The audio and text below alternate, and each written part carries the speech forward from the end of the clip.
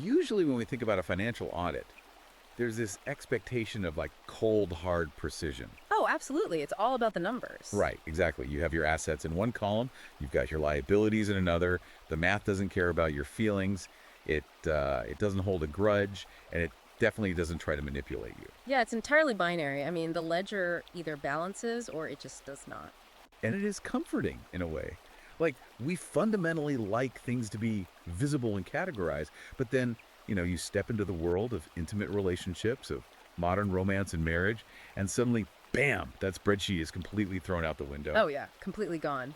Because intimacy is, by definition, an environment of muddy emotional waters. Right. We are looking at a dynamic that society tells us is supposed to be based entirely on like unconditional love, mutual sacrifice, and completely immeasurable emotions. Which is the absolute opposite of a forensic audit. The rules seem to change depending on the day, or the mood, or just the culture at large. But so, what if someone actually tried to audit modern romance anyway?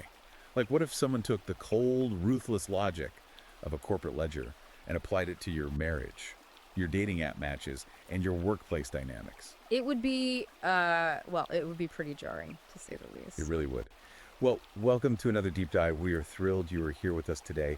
Before we jump into this wild text, a quick reminder to like and subscribe to the show. It really helps us keep bringing you these deep dives. Yeah, definitely hit that subscribe button. And you are going to want to pay close attention today because we're reviewing a highly provocative, incredibly controversial new ebook. If you want to read the source material yourself after hearing our analysis, and trust me, you are going to want to see how this is actually written. Check Amazon Kindle and Google Playbooks to buy the book. And you should also follow the author at Conrad Riker on Substack, Twitter, and YouTube. Exactly. So, what exactly are we unpacking today? The book we're looking at today is titled She Talks Too Much: Paradoxes, Non Sequiturs, Contradictions, and Platitudes by Conrad Riker, and it was published in 2026. I mean, that title alone immediately sets a tone. Riker describes this book as let me get the quote, a forensic audit of the hidden grammar that governs relational communication. Yeah, he wrote it specifically as a field manual for men who are navigating modern courtship, marriage, and our contemporary institutions. And let me tell you, having read through our source materials, it is a dense, unapologetic, and highly systematic takedown of how we communicate today. It really is. But before we go any further, we need to establish a very strict, neutral framework for this deep dive. We are speaking directly to you, the listener, right now. Right. Full disclosure here. Exactly. This text contains highly charged, deeply polarizing viewpoints regarding gender dynamics, the evolution of feminism, and the structure of modern institutions. Very polarizing. So, the goal of our deep dive today is not to endorse the author's worldview, nor is it our goal to condemn it. Our mission is to impartially unpack the architecture of his arguments.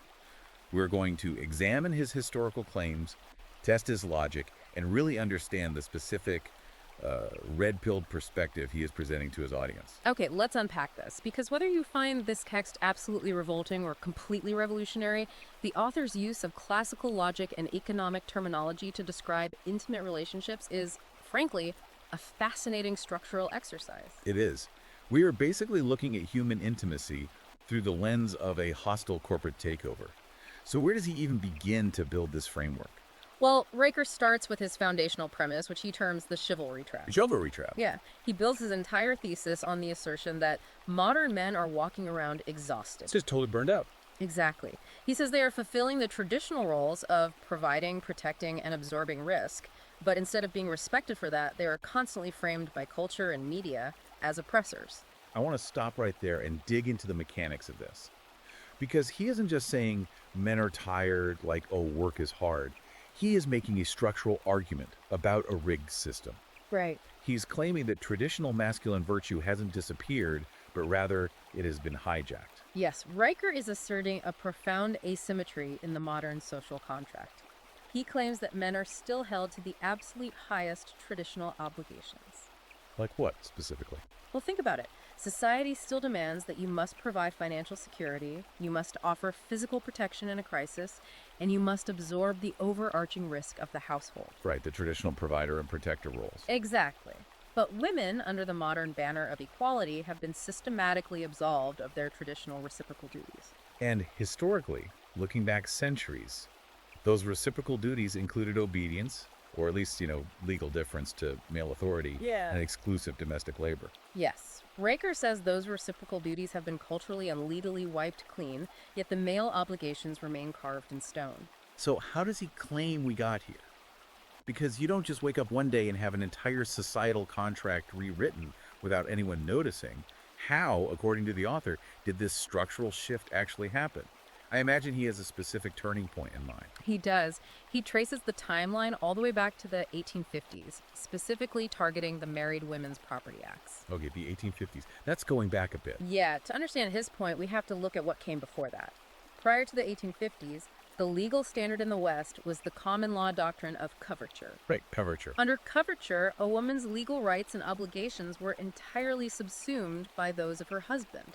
They were legally recognized as a single entity, and he was the absolute head of that entity. Meaning he owned the property, but he was also legally on the hook for her debts, her torts, her actions. If she accrued a massive debt, the courts came after him. That is the crucial part of coverture that Riker focuses on. The husband absorbed all the liability. Okay, so then the laws changed. Exactly. When the Married Women's Property Acts began passing, Riker argues this dismantled coverture and inaugurated what he calls a single entry accounting system. A single entry accounting system. Yes. With these acts, women gained total economic autonomy. They could own property, keep their own wages, and enter into contracts independent of their husbands. This is, universally recognized as the cornerstone of modern egalitarianism. Right, of course. However, and this is the absolute crux of his argument, men retained the absolute legal obligation to fund the domestic enterprise. Let me make sure I am grasping his financial metaphor here. Single entry accounting means only one side of the ledger is being recorded. So he is saying the woman's assets became privatized, like what's mine is mine, but the man's assets remained communalized to support her. Exactly. The man's burden didn't change, but his authority over the household's overarching assets did. Wow. Okay, so Riker argues that was the original fault line? He does. He then fast forwards this historical timeline to the 20th century and the creation of the modern welfare state. And this introduces a concept he calls gynocapitalism. Gynocapitalism, that is quite the term. How does he define that? Because the welfare state is generally framed as a safety net for the impoverished, not like a gender-specific economic system. Well, his definition is highly specific. Mm-hmm. He uses the term to describe a macro system where female security is entirely socialized by the state. Socialist how? Through welfare programs, biased family courts, massive alimony settlements, and affirmative action policies. Meanwhile, male success and male failure remain strictly privatized. Okay, wait. In Riker's view, the man is forced to compete in a ruthless, bloody free market. If he fails, he falls into the gutter. No one catches him. But the fruits of the successful man's labor are systematically redistributed via taxation and court orders to ensure female comfort, regardless of her own market performance. Let me try to put an analogy to this just to, visualize his argument. It sounds like he views modern marriage as a corporate contract where one party, the man, is forced to pay all the overhead, secure the building, and take on all the legal liability if the business goes under. Yep. But he has absolutely zero voting rights on the board of directors. He is essentially the angel investor who got tricked into becoming an indentured servant. That is the exact architecture Riker is describing. He views modern courtship and marriage not as a partnership of equals, but as a tribute system. I mean, have you ever felt like you're operating under an unspoken contract where the rules only apply to you? I'm asking you, the listener, to put yourself in this headspace for a moment. Have you ever felt held to a standard of flawless execution, where you have to be stoic, providing, and unshakable, but the other person gets to constantly rewrite the terms and conditions based on how they feel that day? That feeling of exhaustion is exactly what Riker claims is not in your head. It is a literal feature of the system. So from there, where does the book go? The book then pivots from the macro-historical level down to the micro level. It moves from how the system is enforced in courtrooms and legislative bodies to how it is enforced in the kitchen and the living room. And how is it enforced there? It is enforced through language. Which brings us to the title concept of the book itself. Yeah. She talks too much. I have to say, reading this chapter was jarring. It's very direct. It's not just a cliche complaint about someone being chatty. According to Riker, feminine speech is rarely just about sharing data or transferring information. He classifies it as a stress test mechanism. What do you mean by that? Riker introduces his law of articulatory saturation.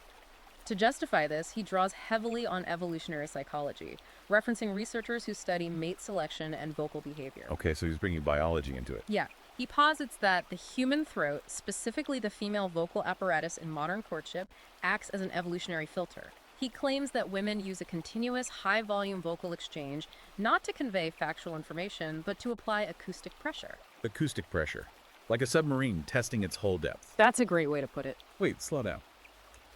Are we really saying that when a couple is having a long, drawn-out conversation about their relationship, she doesn't actually care about the content of the words? That sounds incredibly cynical. How does he biologically justify that? He justifies it by arguing that the modern environment is entirely artificial compared to our evolutionary past. In a primitive environment, a man's worth was tested physically. Could he fight off a predator? Could he secure shelter? Right, very tangible physical threats. But in a modern climate-controlled environment, physical threats are rare. So the female biological imperative to test her mate's strength has to adapt. It shifts to the psychological and verbal realm. I see. When the volume, velocity, and emotional intensity of speech exceed the listener's ability to logically parse the syntax, basically, when there's simply too many words, too many shifting premises, and too many emotional variables entering the conversation at once, comprehension collapses. The man literally cannot compute the data fast enough to formulate a logical response. And what does it collapse into? Appeasement. Exactly. The man stops trying to understand the logic and just tries to stop the noise by agreeing, apologizing, or placating. And Riker argues this is the exact moment the man fails a test. This continuous verbal output is an evolutionary filter designed to test a man's emotional stability and his frame integrity. Frame integrity. Yes, can he absorb the acoustic turbulence without fracturing? Can he remain a steady rock, or does he crumble into an anxious, appeasing mess just because his partner is emitting high-frequency stress signals? So it's not a conversation. It's a biological stress test. And the moment the man tries to rationally dissect the wall of words, trying to go point by point like a debate team captain, he's already lost. Because the words aren't the point. The words are the weather. You don't argue with a hurricane, you just weather it. That is exactly his point. Riker insists the words are the test itself. And this phenomena of overwhelming verbal and textual data scales up massively when we look at modern digital courtship. Oh man, digital courtship. Riker calls dating apps like Tinder and Bumble engines of algorithmic hypergamy. Here's where it gets really interesting. He talks about the paradox of excessive signal on these apps. Break that down because it feels counterintuitive. You would naturally think that more communication, like longer bios, more listed preferences, means more clarity. In a classical, rational framework, sure, more data leads to better decisions. But Riker argues the opposite is true in the modern dating market. The paradox of excessive signal is the idea that the more a woman broadcasts her preferences, her past traumas, her boundaries, and her contradictory requirements on a profile, the less intelligible her actual intent becomes. Wait, really? Yeah. Riker argues that a signal carrying every possible meaning actually carries none at all. It acts as a strategic fog.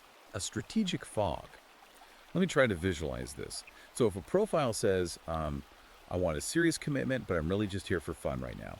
I demand excellent communication, but I hate texting and I'm a bad replier.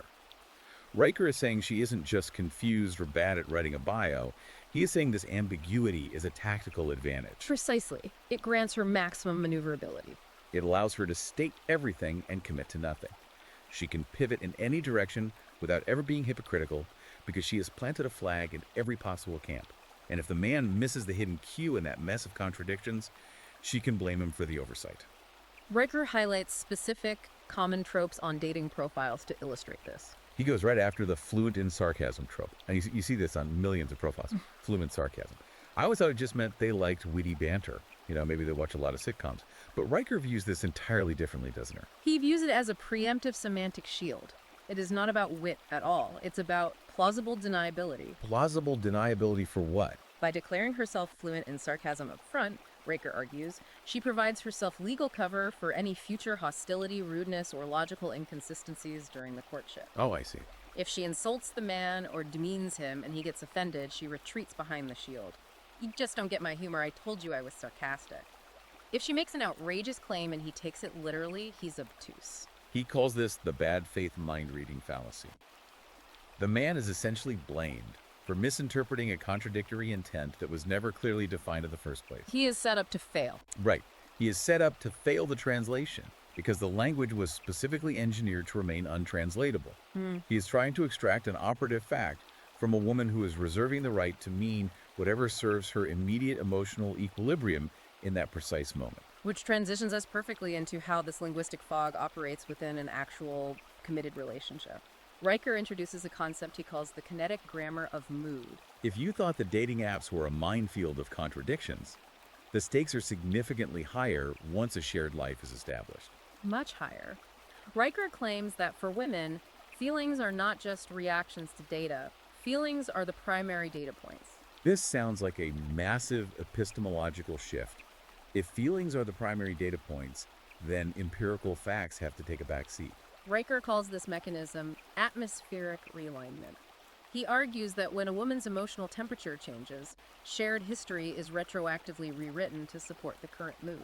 Retroactively rewritten. Okay, let's play this out with a really mundane example to see how his theory works in practice. Good idea. Let's say I bring my partner a cup of coffee in bed on a Tuesday morning. We have a great chat. She smiles, thanks me, and says it's the perfect start to the day. 8 hours later, she comes home. She had a terrible day at work. Her boss yelled at her. She sat in traffic. Her mood drops completely. Right. According to Riker's theory of atmospheric realignment, what happens to the coffee from that morning? According to Riker, the coffee is no longer a kind gesture because she is currently experiencing a state of high stress and negative emotion, which is her primary reality in that moment. The history of the past 12 hours must be structurally refitted to support the verdict of that feeling. Wow. Suddenly, your bringing her coffee that morning wasn't a nice gesture. It was you interrupting her morning routine or smothering her when she needed space to prepare for her big meeting. So she isn't just taking her bad day out on me. Riker is saying she genuinely experiences a rewritten history where my actions were part of a pattern of annoyance that justifies her current anger. Riker's very clear to state this is not deception in the traditional Machiavellian sense. The woman isn't consciously lying to you to win an argument. The feeling is the truth. The facts are merely scaffolding to be arranged as needed. That's a huge distinction. And if you, as the man, try to point out the factual reality, like, wait, you literally thanked me for the coffee and smiled, you are making a catastrophic tactical error. Because I am using empirical facts to invalidate her primary data point, Yep. which is her emotion. I am telling her that her reality is false. Exactly. Which brings us to the most dangerous conversational sequence Riker warns men about. He maps it out like a military ambush. He calls it the Darvo Caldera. DARVO is an acronym that originated in psychology circles to describe the behavior of abusers, standing for deny, attack, reverse victim, and offender. Right. But Riker maps this out as a standardized, everyday interpersonal defense mechanism utilized in domestic disputes. The book has this incredibly vivid kitchen analogy, and I want us to walk through it step by step because it perfectly illustrates what he means. Let's say a husband is sitting at the kitchen table looking at a joint bank statement. Okay. He asks his wife a purely factual, logistical question. Hey, what is this $400 charge from last Tuesday? He's not yelling. He's not accusing her of theft. He's just asking for data to balance the ledger. According to the Darvo sequence, the wife does not provide the data. She does not say, oh, that was for the car repair. Instead, the first step is deny. She denies the premise or the importance of the question, perhaps by claiming she doesn't know, or waving it off as an irrelevant detail. But the husband presses for an answer because the math requires it. So she moves to step 2, attack. She attacks his framing and his character. Why are you interrogating me the second I walk in the door? Why are you always so controlling and obsessed with money? She takes the focus entirely off the $400 and places it onto his behavior. And then comes the reversal, which Riker considers the masterstroke. The fault line shifts completely. The original accuser, the man who was simply asking about a line item on a spreadsheet, becomes the accused. Yes. The wife is now the victim of his toxic interrogation. The original factual question about the $400 is entirely buried in the caldera of her emotional reaction. And this is where Riker enters highly controversial territory, dedicating an entire chapter to what he terms the epistemology of tears. Yeah, chapter 8 is intense. He argues that modern society has completely replaced the legal and logical burden of proof with the correct emotional pitch. Riker constructs a formal syllogism to explain how institutions have adopted the Darvo mentality on a massive scale. The major premise of modern culture is that victimhood confers absolute moral authority. Okay, that's the major premise. The minor premise is that women are structurally positioned as the historical and perpetual victims of a patriarchal system. The conclusion, therefore, is that female distress requires no corroboration. Her distress is treated as an objective transmission of reality. He cites Title IX campus expulsions as the ultimate institutional proof of this syllogism. He describes nightmare scenarios where a male student is expelled from the university based entirely on the tearful testimony of a female student. Right. There is no physical evidence, there are no witnesses, there is no cross-examination permitted. The University Hearing Board doesn't ask for a concrete timeline or empirical proof. They ask the accuser how the encounter made her feel. It's a huge shift in the burden of proof. The system treats female pain as irrefutable data that completely overrides the concept of innocent until proven guilty. Riker argues this dynamic occurs because male rationality operates as a direct transmission line. It seeks facts, sequences, and logical conclusions. But the female communication system, he claims, is over-engineered to calibrate the environment and secure resources. Calibrate the environment. When a woman cries during an argument, whether at the kitchen table over the bank statement or in a campus tribunal, Riker asserts it is not a surrender. It is a precision-guided munition designed to trigger the male biological reflex to protect, soothe, and absorb blame. I have to admit, that is an incredibly dark view of human emotion. He is telling guys to literally stand there while their partner cries and do absolutely nothing. That is Riker's starkest warning to his readers. He says men have this lethal, deeply ingrained biological programming that equates female tears with male guilt. If she is crying, I must have done something wrong. Right, that instinct to fix it.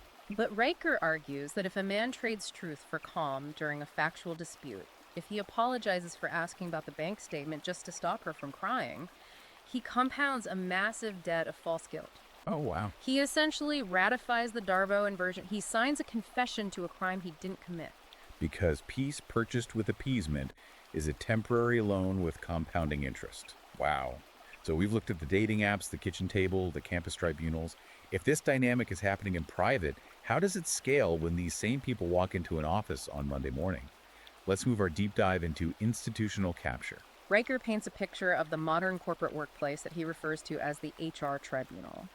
He argues that a massive structural shift occurred over the last decade, catalyzing what he views as the feminization of corporate America. And he pinpoints a specific event for this, right? He does. He pinpoints the 2012 publication of Sheryl Sandberg's Lean In as a major inflection point. He views Lean In not as an empowerment manual for women, but as a hostile doctrine. He argues it aggressively occupied male professional spaces while demanding that men navigate a completely new emotional minefield. According to Riker's framework, the workplace shifted from a cold, reliable meritocracy to an environment governed by emotional safetyism. The metric of organizational health is no longer measurable performance, profit margins, or objective output. It is managerial comfort in the absence of emotional friction. So imagine you're a logistics manager. You have kept supply chains running perfectly for 20 years. You're objectively brilliant at your job. Riker is arguing that your objective output doesn't matter anymore if a female subordinate goes to human resources and says your tone in a meeting made her feel unsafe. Exactly. In these HR tribunals, Riker argues that female fear or discomfort is treated as empirical evidence, while male distinction, directness, or debate is treated as guilt. That's terrifying for a professional. The charge leveled against the man is rarely outright incompetence. The charge is that a woman felt something unpleasant in his vicinity. And in the modern corporate structure, that verifiable feeling carries more institutional weight than a decade of hard data. So what's a guy supposed to do? Just stop talking in meetings. Never give feedback. Riker actually gives tactical advice here for surviving a trip to HR. He calls it the Socratic deflection. The Socratic deflection is a method of forcing your accusers to concretely define their vague therapeutic terms. How does that work in practice? If an HR representative sits you down and says your behavior is problematic or that you created an unsafe dynamic, Riker advises men not to get defensive, not to explain themselves, but to politely, calmly ask a very specific question. Can you define the specific behavior you are referring to with dates and times so I can ensure my actions align with company policy? You force them to move from the realm of vibes and feelings back into the realm of actionable facts. You force them to produce the ledger. And you document everything. He says the HR tribunal operates on speed, gossip, and emotional momentum. Your only defense is to operate on paper, timestamps, and frozen patience. This reliance on meticulous documentation leads directly into his critique of the family court system, which he ominously calls the courtroom of unspoken charges. This is where Riker believes the ultimate state-sanctioned extraction of male resources occurs. To understand his view of family courts, we have to look at the evolution of custody laws. He brings up the 19th century tender years doctrine. What was the tender years doctrine? Originally, under common law, fathers had absolute custody of children in a divorce because they had absolute financial liability. The tender years doctrine was introduced as an early feminist victory designed to keep young children, specifically infants and toddlers, with their mothers to protect them from potentially abusive or neglectful fathers. Which, honestly, makes sense on its face. But Riker argues that modern institutions quietly rebranded this doctrine over the decades. They stripped away the biological grounding of tender years and replaced it with the sterile, bureaucratic standard of the primary caregiver. Yes.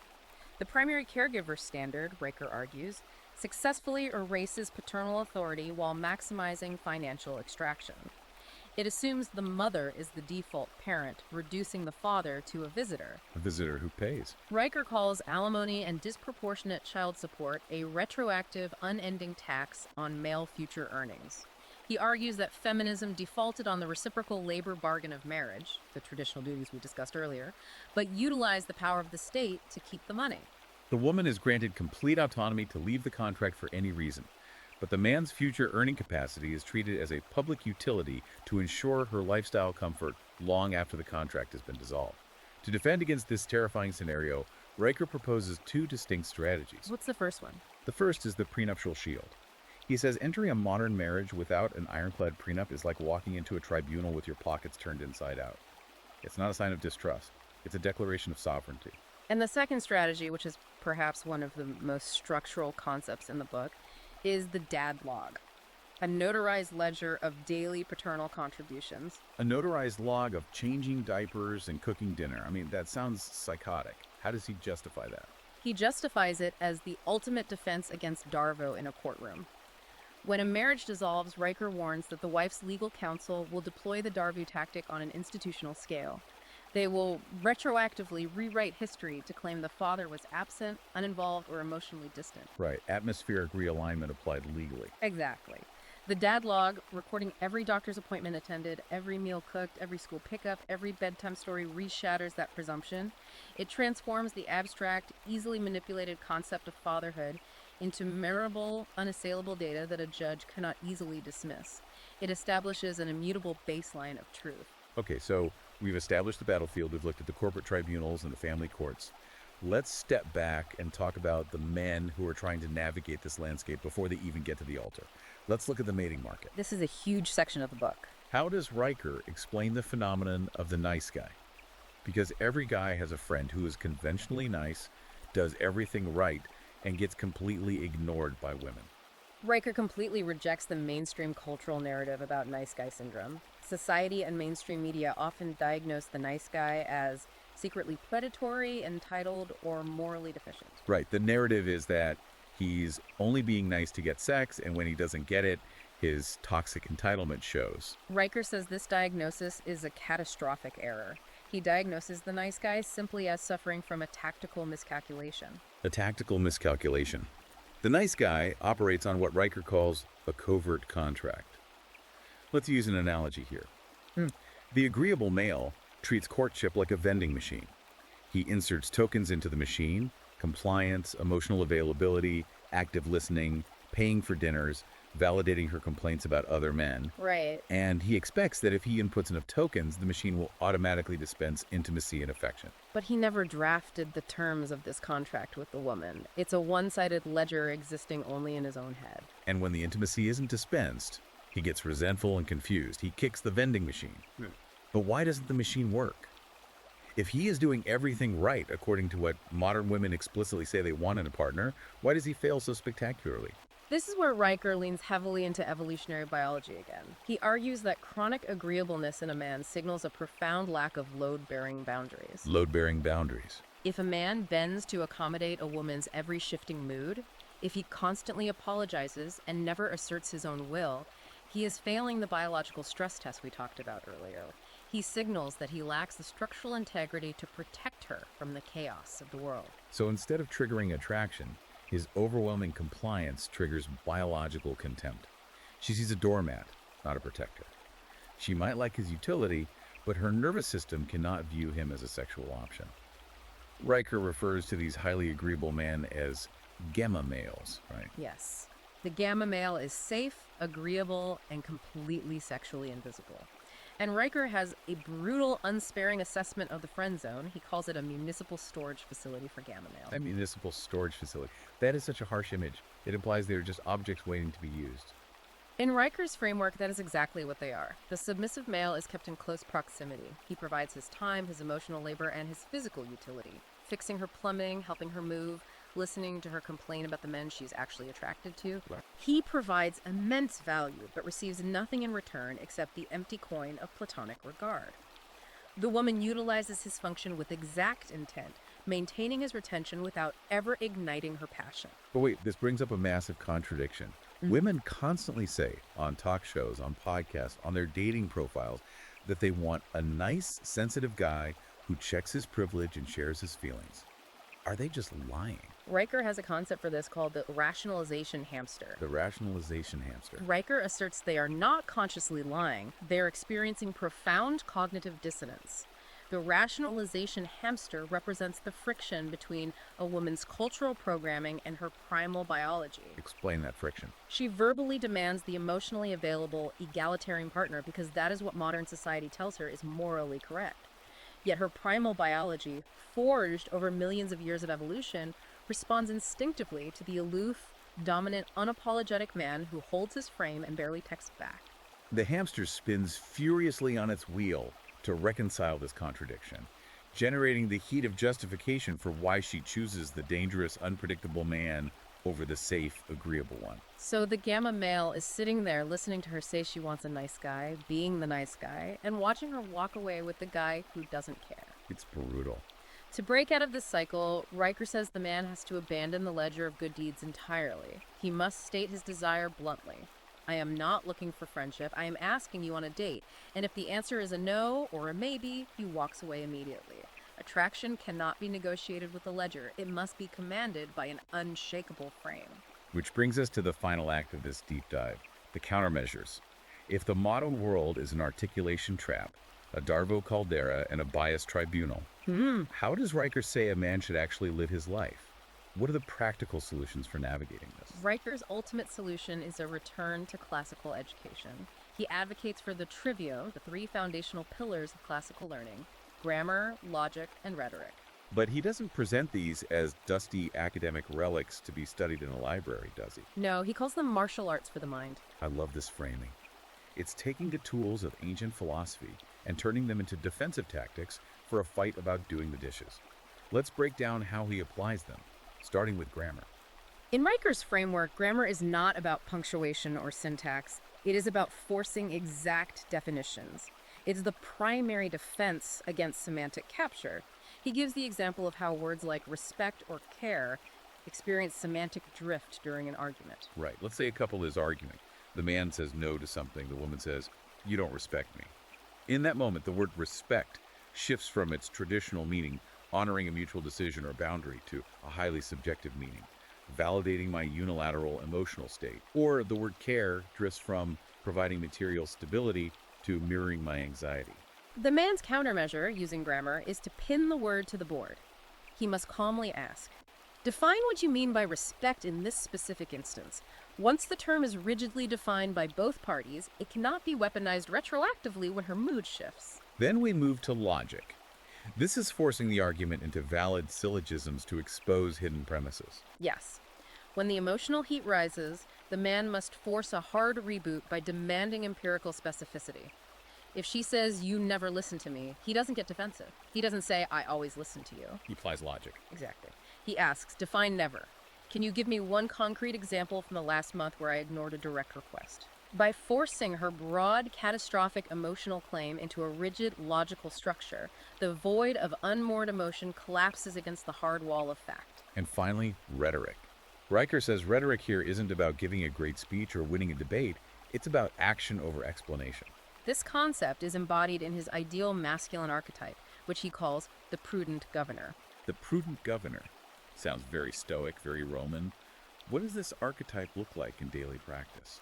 The prudent governor rejects the postmodern idea that all authority is inherently oppressive or toxic. He views authority as a profound burden of service. He doesn't demand obedience through yelling, threats, or coercion. He earns it by absorbing risk, making the hard calls, and shielding the household from chaos. And crucially, he utilizes the tactic of the firm no. The firm no, setting a boundary calmly. Riker points out that modern men fail constantly because they say no and then immediately launch into a 10-minute defensive dissertation explaining why the no is fair and reasonable. Which is a fatal error in leadership. Over-explaining implies that your authority depends entirely on her ongoing consent and understanding. The prudent governor holds the line without apology, action over explanation. Holding the boundary demonstrates structural integrity. When a woman tests the boundary, she isn't actually asking for a thesis defense of your reasoning. She's measuring the tensile strength of the man who said it. Will he hold or will he fold? But what if the system is simply too corrupt? What if the marriage is too far gone, or the institutional bias is entirely captured against him? This is where Riker details his concluding chapters, the final audit and the gyno order exit. The final audit is the protocol for the man facing imminent divorce or systemic ruin. Riker advises men to stop pretending the contract is fair and start reading the fine print.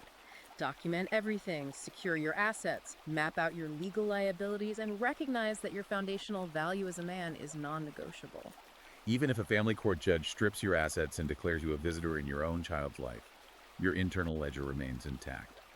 The ledger always remembers who actually paid the rent. And then there's the gyno order exit. This is Riker's macro-level call to action. It sounds like a total withdrawal. He argues that the entire gynocentric machine, the courts, the HR tribunals, the dating apps, relies entirely on the continuous, unquestioning flow of male labor, male attention, and male tax dollars. The exit is a systematic withdrawal of that flow. Stop overpaying for inferior goods in the dating market. Stop funding bureaucracy that pathologizes male nature. And most importantly, define your mission by your own logos, your own internal logic, reason, and purpose, rather than adapting yourself to the shifting emotional needs of a partner or the dictates of the state. Step out of the silence. Govern outward. It is an incredibly intense, unyielding manifesto. It is a vast, controversial landscape we have covered today. From tracing the historical shifts of the 1850s Property Acts and the dissolution of coverture, to mapping the interpersonal minefields of Darvu and the epistemology of tears, all the way to the structural defensive strategies of the dadlog, and applying the ancient trivium as a modern martial art. It is a massive amount to process, and I want to remind you, our listener, of the mission statement we started with. Riker presents an incredibly rigid, adversarial view of human relationships. It is heavily reliant on evolutionary psychology and formal logic, painting modern institutions as inherently, almost biologically, hostile to male agency. We have imparted the architecture of his argument, and we have laid out the ledger exactly as he wrote it.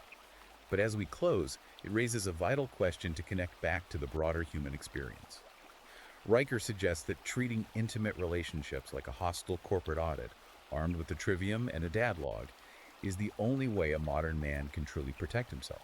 But if you strip away all emotional vulnerability, if you refuse to engage with the messy, illogical reality of human feeling and reduce a marriage to a literal syllogistic contract, do you successfully protect the relationship? Or do you ensure the death of the very human connection you originally set out to build? Can love truly survive in a courtroom of pure logic? If you treat your home like an impenetrable fortress, you might succeed in keeping the enemy out, but you might also find yourself living entirely alone inside it. That is the paradox he leaves us with. Thank you so much for joining us on this intense deep dive. A quick reminder to like and subscribe to the show so you never miss an analysis. And then once again, to explore these arguments firsthand and see how the author structures these claims yourself, check Amazon Kindle and Google Play Books to purchase the ebook, She Talks Too Much. Be sure to follow the author at Conrad Riker on Substack, Twitter at Conrad Riker, and YouTube at Conrad Riker. Until next time, remember, the audit may be mathematically precise, but the ledger of a human life is rarely binary.